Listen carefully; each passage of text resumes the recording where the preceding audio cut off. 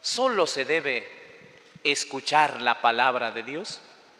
Recordemos que la semilla, dice Jesús, es la palabra de Dios y el sembrador es Cristo. Nosotros somos cristianos. ¿Qué significa? Otros Cristos. ¿Y la misión cuál es? Sembrar.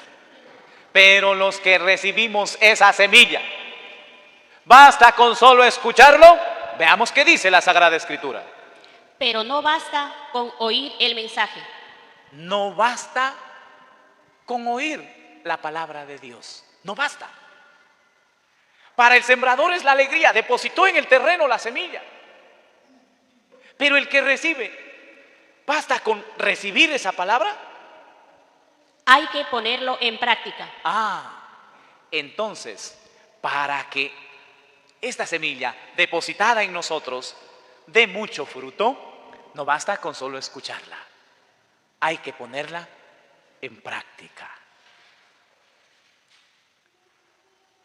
Por eso, hermanos, preguntémonos esta noche, ¿qué produce la palabra de Dios cuando nosotros la ponemos en práctica? Y esto es súper interesante. ¿Qué produce la palabra de Dios cuando nosotros la ponemos en práctica? Si nosotros ponemos en práctica la palabra de Dios, ¿qué produce? Ilumina. Ilumina. Vuélvales a decir para que nunca se olviden. Cuando usted se nutre de la palabra, cuando usted lo pone en práctica, ¿sabe qué provoca en usted? Esto. Tu palabra es una lámpara a mis pies y una luz en mi camino. Lámpara para mis pies, luz en mi camino. En conclusión, ilumina. Miren cómo la palabra de Dios prepara al ser humano. ¿Para qué?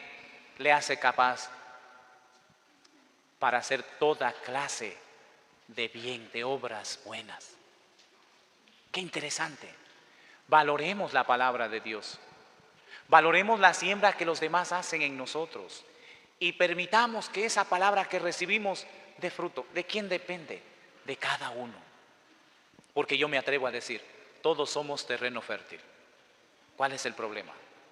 Que a veces nosotros no permitimos que la palabra dé fruto el 100 por 1 o el 60 o el 30. Nosotros somos los primeros en impedir. Entonces, la palabra de Dios primero ilumina, segundo forma y nos capacita para hacer toda clase de obras buenas. El que me oye, es decir, el que recibe la palabra. ¿Y qué más? La pone en práctica.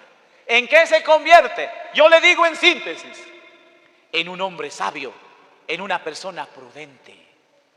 Y el que no escucha y el que no lo practica, este mismo pasaje a continuación nos va a decir qué cosa, que se convierte o es una persona necia, es un insensato que construye su casa sobre arena y viene la lluvia y todo y se derrumba, todo se va al piso.